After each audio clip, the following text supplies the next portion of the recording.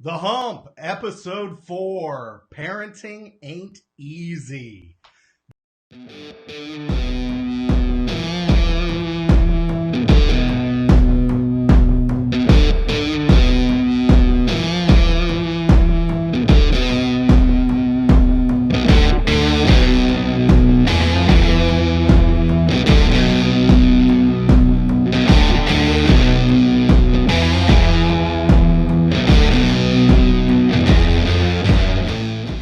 Welcome to The Hump, your show for how to get one over in this thing called life. This is Brent Bowen.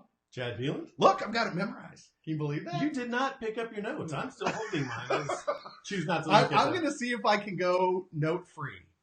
We'll see if I can go note-free. Getting so much better at this. Yeah, well, only episode 4, right? So... Oh, I know. You know, when we do what comedies that do 30 episodes a season, by that time we'll really be humming. We'll need the notes. Even Jimmy Fallon still uses the note card. Yeah, exactly. So we need those blue fancy ones, though. Yeah, well, my printer doesn't print out blue fancy ones. But so beer of the week, you and I were already. Although it was funny, we've still got.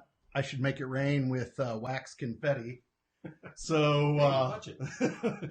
Got Deschutes, the Black Butt, Deschutes beer. We've actually been to this brewery. We have been to this brewery. Very One nice. of my favorite, the Fresh Squeeze Distilled. Mm-hmm. Based out of Portland, Oregon. I don't know if that. We went to the tasting room in Portland. I don't know if they're actually in Bend, Oregon. Are they in Bend? Okay. Yes. I've not been to Bend, Oregon. Nor have I. But yeah. You have to say Bend, Oregon, not Bend over. Just making sure you get that right. We were in at their tasting room. It was a huge place. At the time, we didn't even know we were getting into. I remember you helped a guy repair his guitar after that tasting room visit. Do you remember that? No. There was a street musician, and he was struggling. He broke a string. Oh, okay. And you helped him you ran over like it was an urgent ER room scenario.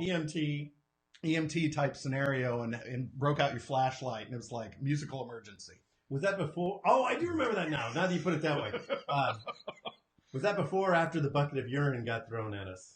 That was before the bucket of urine. Okay. The bucket of urine happened on the way to Voodoo Donuts. Yes, on the way to Voodoo Donuts.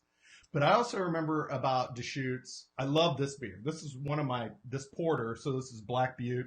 It's not just a regular Black Butte porter, though. This is like their special anniversary edition. Their anniversary edition. I think it's last year's 29th anniversary birthday reserve. The one thing, I love this beer. The one other thing I remember about Deschutes is remember that beer I had that was by far and away the peatiest. It was a Scotch ale. Yeah, it was. They used the term wee heavy. Yes. And it literally seemed like they soaked like peat moss in a glass, added alcohol, and it became beer. Yeah, I think Swamp Thing was living in that glass. Swamp Thing, yes. It was living in that That's glass. Good for the immune system. At least my immune system. I think it was okay. Becca had a rough weekend that weekend with her. She didn't feel well that weekend. Yeah. That was a great play. I love that play. I mean, I want to go back to Oregon so bad. But that was a rough weekend. We had a dog pass away, or we sick that weekend. That was kind of a tough weekend. So we need to toast a couple folks this week. Yes. So speaking of ill but quasi on the mend, we have a family member I want to toast. I don't want to mention by name. Becca doesn't want me to mention by name, but he's in our hearts and our thoughts. His family member that just had brain surgery last week. Mm-hmm. He's terminal, basically, with cancer, but to kind of prolong his life and make better his life while he's still with us. He had surgery last week that's going to help him out, provide some relief, which is awesome. So I want to toast him. Indeed. Yes. Some tough shit. Tough guy, though. I mean, can't even imagine. I would be like quivering on the ground, crying.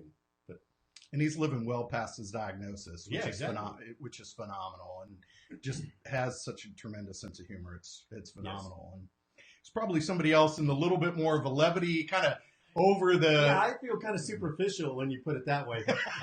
Well, I brought it to your attention because I thought it was such an awesome story. It is, and we're both getting older. Yeah. But there's always still that slight glimmer of hope that the NBA is going to call someday, and they're going to want like a shortish NBA wise, overweight white guy in his 40s to, kind of be the catalyst that takes a team to the championship. But no, I mean Andre Ingram from my Lakers. Yes. I mean, huge Laker fan.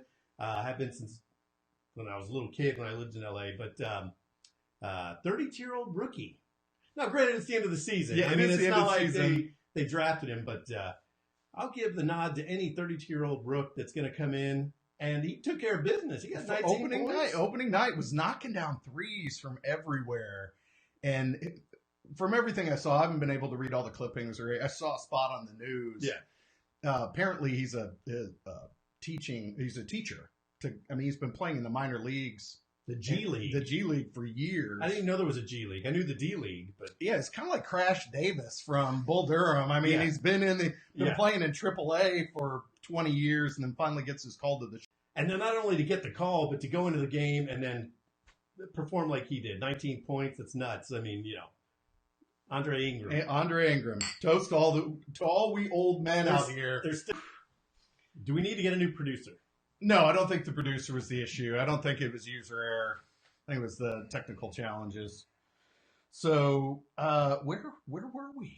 We were basically waxing poetic that we were both going to make it to the NBA because of Andre Ingram. That he's inspired us.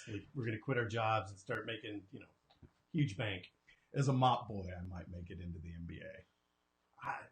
you know, when they hit the floor, their shoulders hit the floor, and they rub all that sweat underneath the basket. I think that's my calling there. I could shoot like 100% from the field if I'm like, you know, standing right under the basket. I'll draw some fouls. I'm not going to make a lot of free throws, but you're thinking 10 for 10, maybe? Yes. Okay. Yeah, I could do that. Do 10 for 10. You know, Out of 100, I would think you might miss one. Maybe. All right. So what have you been up to the last couple of weeks? Well, last week we did this last week. So yes. Although my advanced stage in life, my memory's starting to go. So well, and then my memory might be going because you and I put in some work on your tap tour, your KC tap tour. So I appreciate you being a sidecar for that. know, It's entertaining. I'm a good wing. You, Hunter, and I had a great time. It was fun. Doing that, and we hit 4. We ended up knocking out 4 breweries. Yeah. Did I text you the itinerary for the rest of the? I have not seen it, but I need to text it to you just to see about your availability. I will be there. It is work, though. When you see it, it is truly work. Yeah, I mean, we had some good places. I'm not a huge fan of a couple of them, but I'd say 2 good, 2 eh. Yeah. How we doing over there, Jay? Ryan Newbanks says, "Yeah, okay, whatever, Beelan." About what? I don't know. He'll probably elaborate. Yeah, hopefully. Yeah, especially when we get to Triple D, he'll call. We'll each. Thanks for the invite, he said. Oh, there's a separate invite coming to you, man. Why am I taking shit for this? Yeah. Yeah, these Who are went my. to high school with you? Yeah, this guy. Yeah, I know. You're getting a separate invite, dude. I was messaging back and forth on Facebook with your wife. We're going to do a separate beer tour. I would like an apology. Yes. Oh, you're demanding an apology for newbie? Yes. All right. You want it to be heartfelt? I'm gonna have to write a script for that. So, all right. What else you been doing? Well, I know I don't know what I've been doing, but I know what we're going to be doing. Yeah. Well, the thing we didn't talk about last week that it's funny, I'll probably get some crap for this because we got another call out from Tony's Kansas City. 2 for 2. 2 for 2 because he's been listening to the audio. Yeah. And then every time we get the audio, but it's funny, the last one he promoted is us being not necessarily anti-establishment of the Kansas City government, but City Hall, I think was the way he put it. But then this last thing I did a couple weeks ago was totally establishment of promoting the culture. We like to present both sides. We're pro-establishment, anti-establishment, depending on the week. Yeah, flip of both sides of the coin, present both sides of the coin. This is my first episode wearing shorts. I want to make sure nobody's, getting a shot of looking up your shot. Yeah. Yeah, looking up your shorts. Okay. He says, let me clarify. Beelan can't play in the NBA. There must be a serious delay. I think the mice are running the messages over to Newbie's house over in Olathe. I will take issue with that comment. Like I could still play in the NBA. In your flip flops, mind you. Yeah. And your flip flops, mind you. So this thing Beck and I did a couple weeks ago was super cool. And I've talked to you a little bit about it. Was that Visit KC VIP program, and it was like 9 to 2. And what they're trying to do is basically turn every living soul here within the city into an ambassador for Kansas City, and regardless of the state line, which is one of the things I love about the program. There's always been that division, so it's nice to see something that's going to unite, the city as a whole. Yeah, and it was really cool just to watch. One, I was interested in going for a couple reasons. One, because Beck and I had started the blog, and you and I are doing this. Mm-hmm. And then 2, so she went with me. And then 2, as a marketer, I kind of wanted to see how they structured this influencer program, right? How they presented the information, how they packaged it all. It was kind of interesting. And then 3, as marketer myself, it allowed me to network with some other small business owners, which was really cool. There was a limousine service there. There was a guy that was an event planner that was there. What was really interesting, I talked to these folks afterwards for a bit. There were like 6 different people from Marriott Hotels and all different job functions of Marriott Hotels. And then there was somebody from Berkeley Riverfront Park, and then somebody from the Kansas City Parks and Rec service that was there that I can recall. Those are the folks I can remember that were there. And what they do is they basically teach you about kind of the history of the city, break down the neighborhoods, and then also kind of walk through tourism facts and what they're trying to do from a tourism convention standpoint, as well as how to attract people to come live here. It was just a really kind of interesting program. The Marriott folks, they had somebody that was in housekeeping. They had somebody that was in catering, but they said like guests of the hotel approach any one of them at any point in time. And they're like, hey, I'll corner them and say, hey, what's something cool to do here? So it was a really interesting program. So I highly recommend. It's like $35 for somebody to go. You need that in a day to try and figure out how we're trying to market the city. Right. Yeah. That's cool, though. I mean, for those of you that aren't familiar with Kansas City, basically, like, it's split right down the middle. It's half Kansas, half Missouri.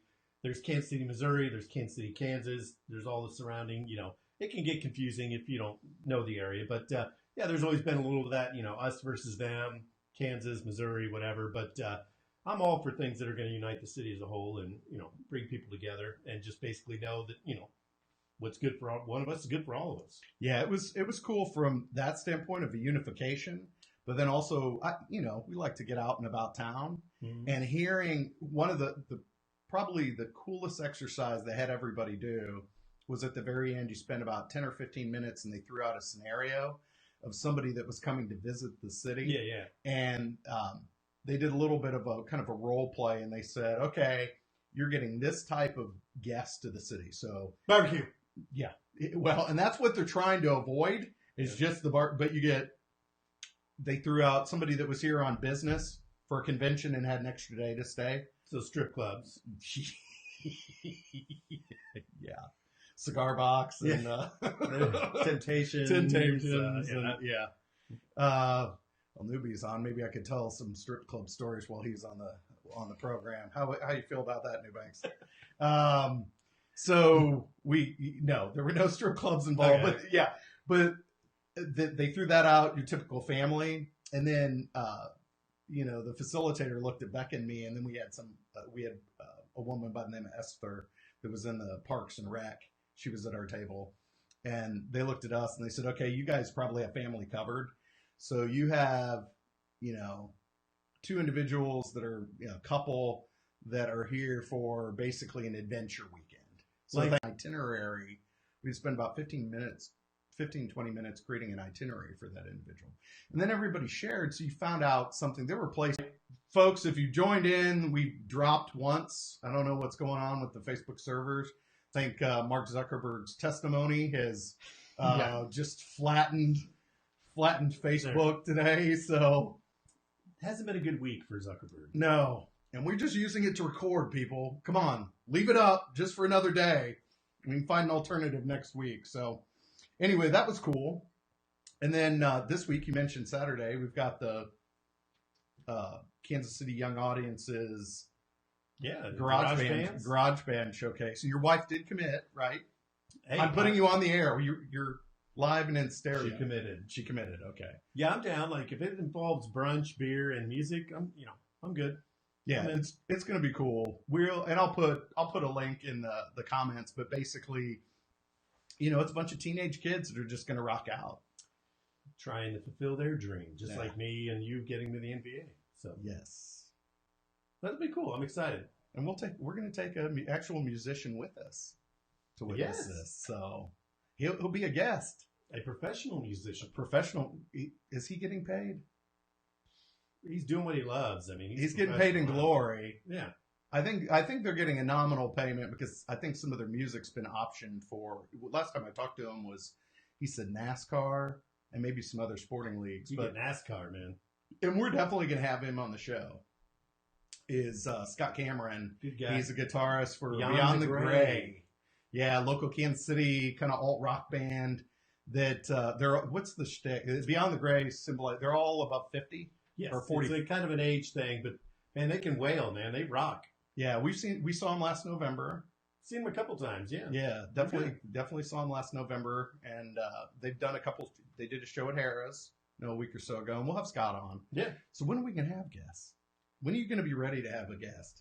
I don't know. I'm kind of like selfish. I kind of like the time all to myself, but we still need to work out some logistics. I mean, there's really nowhere to put anybody, but you can put them right in your lap. How you feel about that? Not a fan. We'll work that out. Really? Do tell. So the guy from The Office, I always butcher his name, John Krasinski. The more important. Oh my God! Oh, what were we talking about? We were talking about Emily Blunt. Oh my God! Let's just move on. Like Emily Blunt, it's not meant to be. You actually said something about Stephen King loving the movie, I think. Yeah, he was Emily Blunt. I'm sorry, Emily Blunt. It was Emily Blunt. All right. No, Stephen King was tweeting out how well done that movie was, Quiet Place. And John Krasinski, his reply was just like, losing consciousness. I'm out. Yeah, I'm done. What a compliment that Stephen King of all people would, call you out for your horror movie. That's pretty freaking phenomenal. So Jerry says, "What up, kids?" Hey, he also says, "This is how you start a show." However, he doesn't know. What you don't know, Gare Bear, is that this is take 99 because Facebook keeps cutting out. But we're all audio really here. We're just for a show for you and like a select few. You get questioned by Congress, shut your site down. Shut your site down. Facebook's going down. Going down. No, that's phenomenal. So I think Becca and I Friday are going to sneak out and go see that on Friday the 13th. Emma saw it, my daughter, and she What'd was she like, think? So good. Well, I'd take that, with a grain of salt. She saw that, and then you're texting me about whether Get Out. One's PG-13, one's rated R. Is A Quiet Place PG-13? Yes. Oh, okay. And Get Out's rated R? Yes. I have to go dissect Get Out now and figure out why it's rated R. Probably for language. There's some serious gore the last 5 minutes that last maybe a minute. The gore factor is not high throughout the movie. But then in the last scene or two, not the last scene, but it's, 80, 90% of the way in the movie, there's one scene where it gets pretty gory. See, this is, good parenting. This is what we're talking about. That is what we're talking. We said parenting ain't easy is the topic. No, it's and not. so she saw it. Okay, so what did she think? The Quiet said it Place. was really good. She's like, very well done, and it was kind of, I don't think there's a lot of lines in the movie. It's pretty much just kind of quiet. So it's kind of just that building suspense thing. I heard the premise was interesting. The fact that it was constantly quiet throughout the movie. There was only momentary spikes in audio. Mm-hmm. And I keep looking at Jay's leaning forward like there's something wrong again. And I'm going to keep waving my hand until he gives me we're okay. Okay. So, matter of fact, there were some comedians in late night talking about Becca and I have to have a conversation with her to remind her that, this thing is quiet throughout because she's notorious for bringing a big bag and sneaking snacks into the movie. It's kind of is a carryover from our Triple D from last week. Yes. Yes. And they're the kind of snacks that are not quiet. Oh, They're wrapped in cellophane plastic bag. and then chew like a cow. What else does she bring in there? Is like some beer or some other stuff? No, she has been known to bring cans of LaCroix into the movie theater, and so you're cracking open LaCroix cans, or she'll bring popcorn. Pap smear? No pap smear in the theater. That could get a little loud. No, she'll bring bags of popcorn, but then put it in a big Ziploc or some sort of other plastic bag that just crinkles, literally turning into your grandparents. Yes. Okay. Yes. All to save a buck. All to save a buck. Ryan says your legs are freaking me out, Chad. I need to lift the. That's why I'm still wearing jeans. Good shot there. All right. I'll tuck them under. So are we going to do a whole episode? We'll have to do a whole episode about powdering the boys at some point. I could easily do 45 minutes on that subject, but all right, we'll save that. So to pack it away for the next episode. Yeah, speaking of packing it in before the next episode or two. So, but you refused to talk about it as a topic because we were discussing it in the car before drinking. Was the Avengers? So the Avengers is coming up in a couple weeks. So Dee and I are looked up how many movies actually precede Infinity War. Yeah.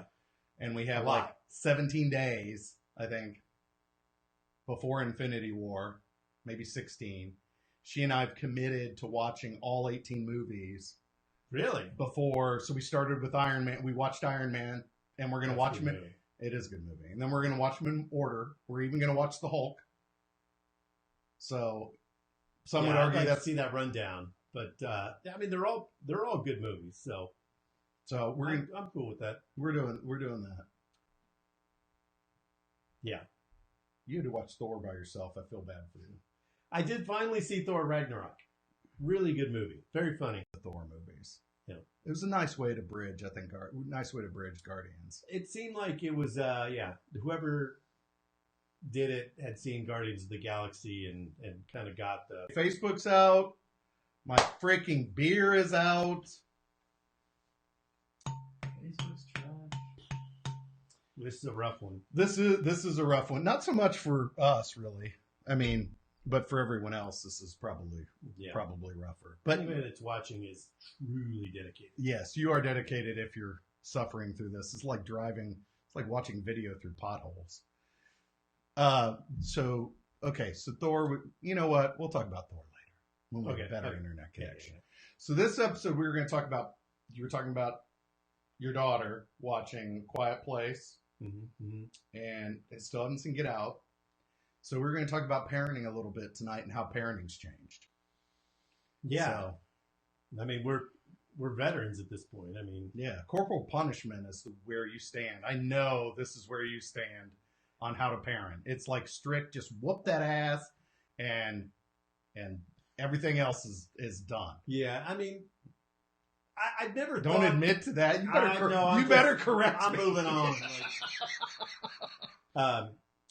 I've never thought of myself as old. I still feel really young. It's just when you have like a kid that's like getting ready to graduate high school, then all of a sudden that makes you start feeling old.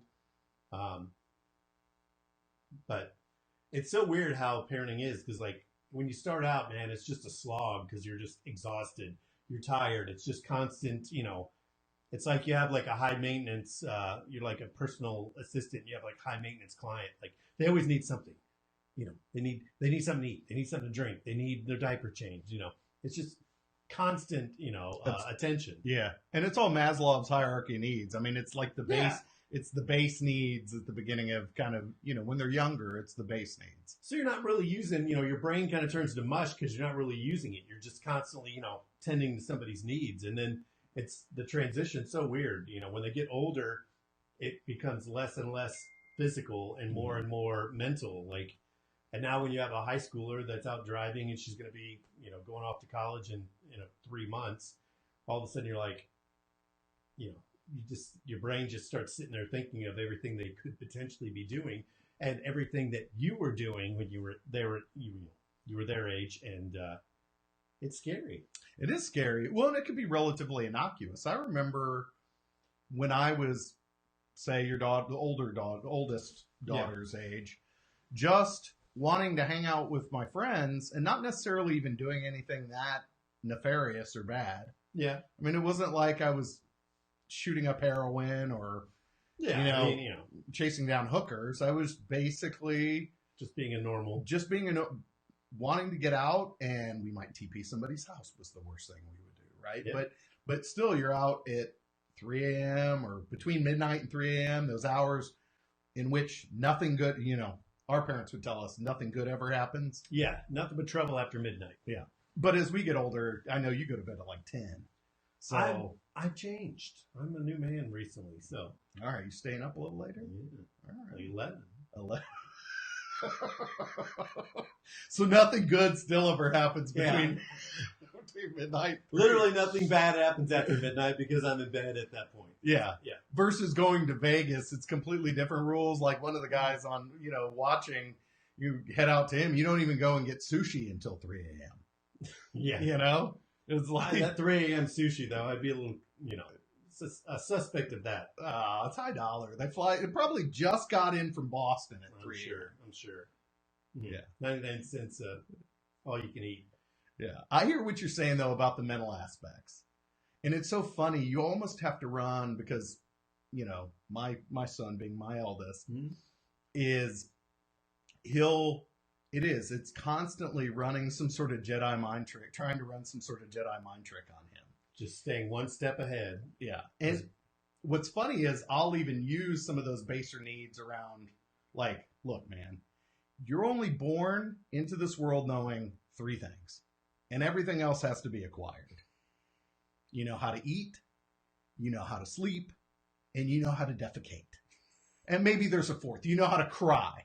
Okay. Right? Yeah. But those 4 things are the 4 things, and everything else in this world has to be learned. Yeah. So you think about that. And then he'll sit there and go, crap. And he'll think about everything else that fills his day. And I'm like, those are all acquired skills. Yeah. Well, how to relate with other people, those are acquired skills. He has a little girlfriend that he runs around with. I still just call her a friend. She's learning a lot of skills. Sorry, Becca.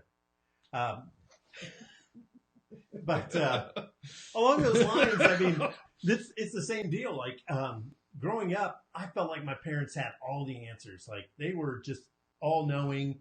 They knew the right thing to do. If I'd ask them something, bam, they'd give me the right answer. And then you have kids and you realize you're just winging it. Like, you don't really know what you're doing. You're just kind of taking everything on a case-by-case basis. And I've said this to my oldest daughter before, like, hey, we've never had an oldest daughter before. You're it. So we're still trying to figure this one out as we go. And she like takes offense to that. Like, no. I expect you to know everything. And I'm like, really? Don't. Like there's some sort of book?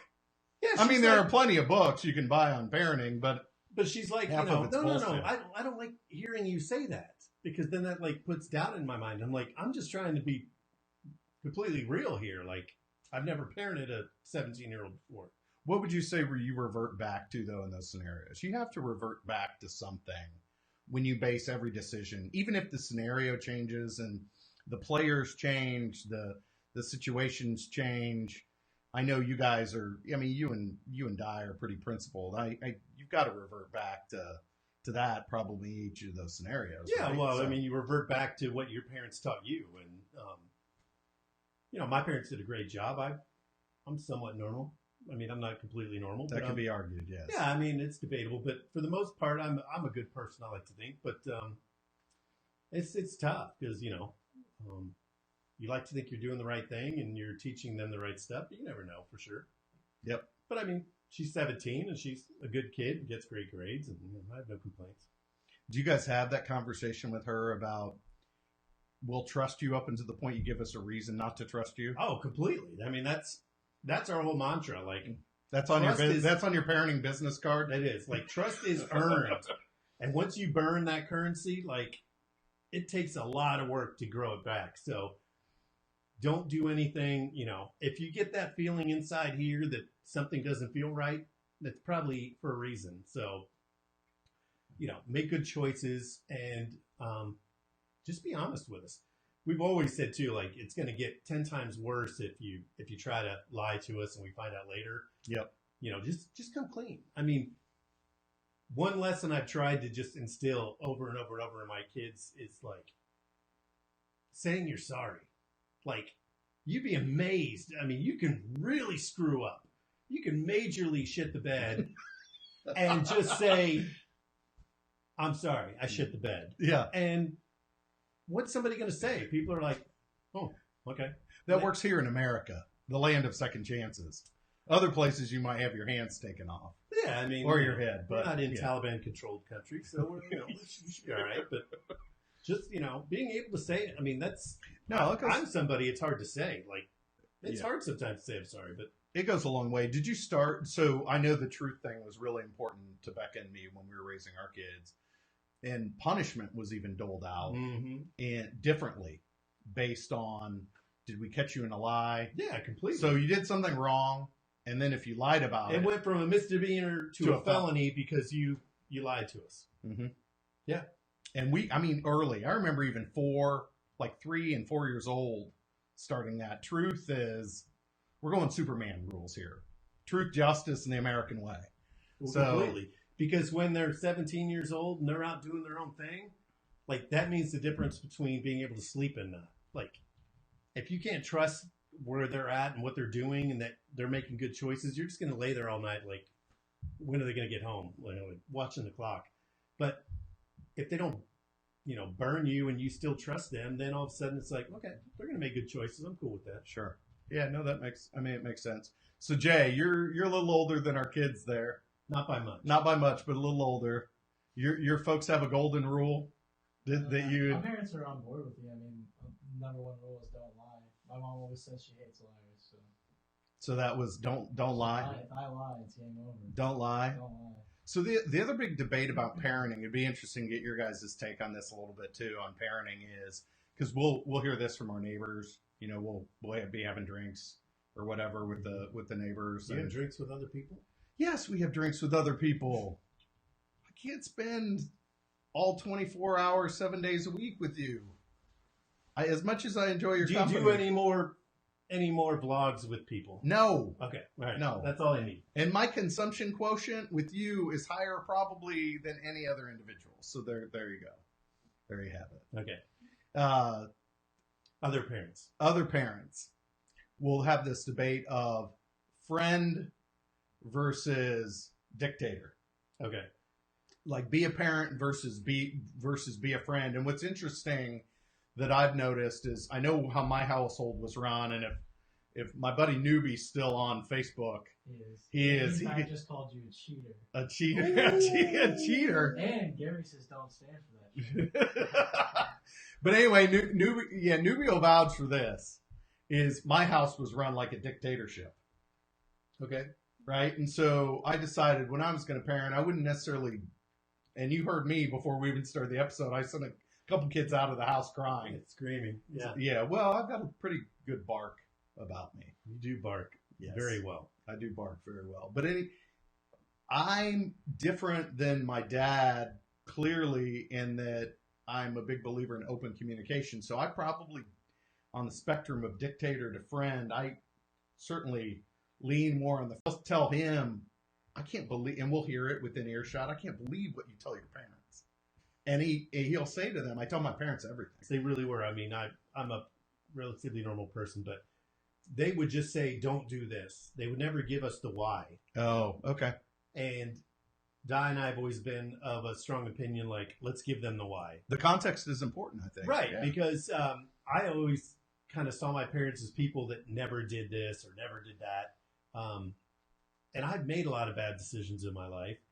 And I think it's okay to tell them, I screwed up. Like, I really regret this decision. I don't want you to end up in that same situation.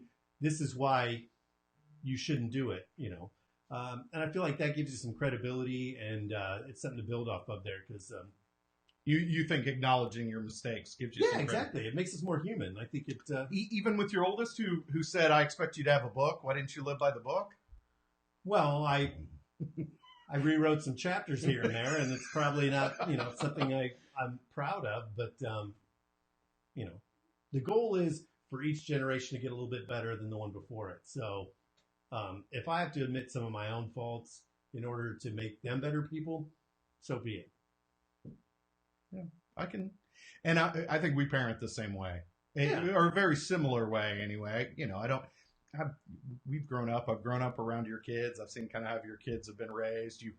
You've grown up around my kids, and one of them's the ambassador of hugs. So she's about the most loving individual. Yeah, exactly. And it's funny parenting her too. It's giving them why is important, both in the sense of why they shouldn't do certain things, but with her even around giving her the why she should continue to do certain things. Yeah, that's the other important thing. It's reinforcing certain behaviors. We actually pulled her out of a preschool, a pre-K, because they were complaining about her running around and hugging everybody when she was 4. And she wouldn't take her naps. They had their naps, and she wouldn't take her nap. And she would still bother all the teachers, and she'd run around and hug everybody. And so Becca went in one day to pull her out of school that day because she'd gotten a call. I went, we're done. They're out. Yeah. She's out. There are worse things to get reprimanded for. And then the hug. Yeah. And I mean, now she's in middle school, and she still pretty much hugs, not at the same ratio, but at a similar rate. She's very loving, and she's embodies love. So it's, and I say, you continue to do that as long as it's not you be you. weird. Yeah. Yeah, and I mean, that's the other wrinkle, too, though, is like 2 kids, same parents, they couldn't be more different. So you have to change tactics. I mean, you got to adjust and move on the fly because what registers with one isn't going to register with the other one. Or, Yeah, because you're out the right lever to pull. Because you're open. Your oldest is more open than your youngest is more kind of. They're both different in so many ways, but I mean, it's just finding the right thing that resonates with that kid. Yeah, get them to open up. Yeah, exactly. It may just take different levers. All right. Any final thoughts on parenting, Jay? Your parents more dictator on the spectrum of they're not on Facebook, are they? No. They're not watching this. No. Maybe with all the Facebook data, I can target them. They will. Dictator or friend? Where are they on the spectrum? I would say. Or you can go Chad's route and flip the spectrum to a place of love, place of hate. Gun to your head. What grade do you give your parents? I'd say they're a good medium of like keeping me in line, but at the same time letting me be able to talk to them on a sense of like what I did that they don't agree with and understanding from my point of view. So like my parents are very school focused, but my parents know that. But to make them happy, I'm gonna do my school stuff, and then whatever I want to do outside of school, I'm gonna do. You know what I mean? And they're okay with that. But as long as I'm not like just like flunking in school and doing nothing, they're like a big on providing value or like doing value in your life, and like I'm all about that. So I think I'm fine. And schools may be one measuring stick, but not the only measuring stick in the value exactly. of life. Like, honestly, there's so many other things you can do that doesn't involve school that you can be successful at. But like obviously, like there's money and stuff like that. But I think I'm fine. That's another one. We can talk about money. Money's dedicate a whole nother. We can do a whole series, and I have a couple potential guests lined up to talk about money, moolah. So, and it's funny. I was talking about my dad in particular earlier around kind of falling on the dictator scale. Again, there's so many different kind of facets or angles. This is a 3-dimensional conversation. Yeah. Right. So I provided one spectrum. I know my dad was super loving and protective in other ways. Like I was caught in some bad situations growing up. Some of them I won't detail specifically here, though we probably could do a whole episode on those. Like, I was almost on the cusp of some serious shit. Yeah. Growing up as a kid, not on my own part, but more some things I was involved in, like just bad adults. Yeah. Adults behaving badly. And my dad, being as protective as he was, never left me, like, had a sixth sense about him and never left me alone with those individuals. Well, exactly. I mean, he was coming from a good place. He was just teaching you the only way he knew how. Yeah. And that was, being tough. I mean, are you tearing up? When I get. Oh my God! I'm gonna hug it up. Oh, there you go. When I get worked up about something, I'll do that even from a place of joy. You're for a clown. I'm sitting here watching you going. It may just be that it's hot in here. We've had so many outages. No, you're getting for a clown. That's cool. Just admit it. Admit your vulnerability. There you go. I did that but this morning. Your dad wouldn't cry. No, he wouldn't. But I'll bawl like a baby. We did that the other day. The kids were teasing me. We did the Pixar bawl like a baby scale for Brent, and they listed all the Pixar movies. And they're like, okay, how hard did Brent cry during this Pixar movie? Yes. So it was like Up. And we had to debate around Up or Toy Story 3. When did Brent really lose his shit? What was the worst movie where he really lost it? Those are tough. Wally's kind of as much as you can cry for a robot. Yeah. That's Toy Story 3, I think, ended up the winner. Like, I was incinerator. I was well, it's when Andy gives up the toys to the little girl, and his childhood is over. There was we called it a blubber factor. Like, I was blubber crying during Toy Story 3, and I will openly admit it. And if you have a problem with it, I'll give you my address. You can come over and we can talk about it. Now I'm gonna get all. You're pretty close to that moment for real, though. I mean, you thought you cried when Andy gave up his toys. Yeah. When G-Man gives up his. Oh, geez. Yeah, I'll be a because then you have to admit that you like the toys. Because you can't, under the guise that, it's for him. But we're missing the obvious in the room here. I have a freaking minion, have a lightsaber, and a life-size Yoda sitting in this room. I think he does like toys. I already like toys. I already have my own toys. We're going to be like 70-year-old men, like putting Legos together and. Oh well, I'm glad we can bookend this touching moment with another round of Triple D. Oh yeah. You'd forgotten. I was like, oh wow, we wrapped that shit up. No, okay. We're not done. All right, Triple D. We have another round of Triple D, and so folks think I have a heart, and then we go straight into this. Well, it kind of like shows the yin and the yang, All right, let's do this. And so for folks that haven't watched us before, haven't listened to us before, to close each show, we'll have a quick Triple D discussion, and that's basically we throw out a scenario and discuss whether it's a dick, douche, or dumbass move. This week's Triple D move: someone who thinks everyone else is their mate at work. They leave dishes in the sink. They piss all over the rim of the toilet seat and don't wipe it off. They, one of my favorites is the paper towel roll gets completely used and it's just the cardboard center and it's just sitting there, or the coffee. Letting my dishes soak. Oh, I'm really bad about that, actually. Yes. What the hell are you eating at work that it needs to soak? I don't know. I eat a lot of crusty shit, at least at home. Maybe not at work. I was not that way at work. You and I work together. I was not that way at work. At home, I'm that way. I'll fully admit. Full transparency. Yeah, but it's definitely, at least in my mind, this is like a work versus home thing. And now, granted, I don't know how people live when they're at home. Maybe they leave, the dishes or the sink full of dishes all the time and piss all over the toilet seat. But no, like a little common courtesy. Like, we all work here. We have a sink that's this big. Like, put your shit away. Did something happen recently that made you? No.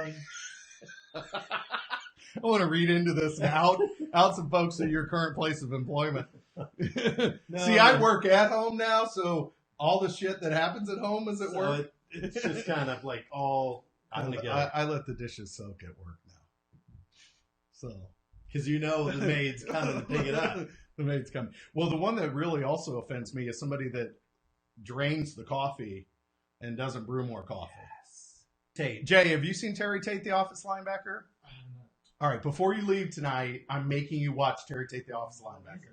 What is it? You'll see soon enough. You'll It was see. classic. I will put it in the comments too. There are a couple things I've mentioned to put in the comments, and one was the Garage Band, and then there was Terry Tate. I'm playing project manager. Okay, But for this Yes. week's Triple D, at least in my mind, it's a dick move because everybody knows you put dirty dishes in the sink, put that shit in the dishwasher. It's not hard. I mean, I don't know how you go to the bathroom at home, but don't piss all over the seat. It seems pretty cut and pretty dry to me. obvious.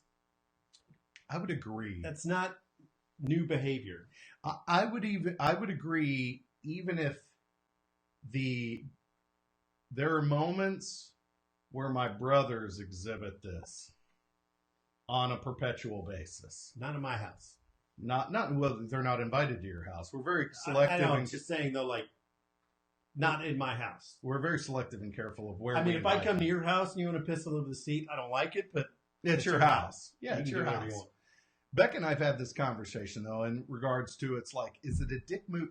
Is the putting the dish in the sink a symptom or the root cause?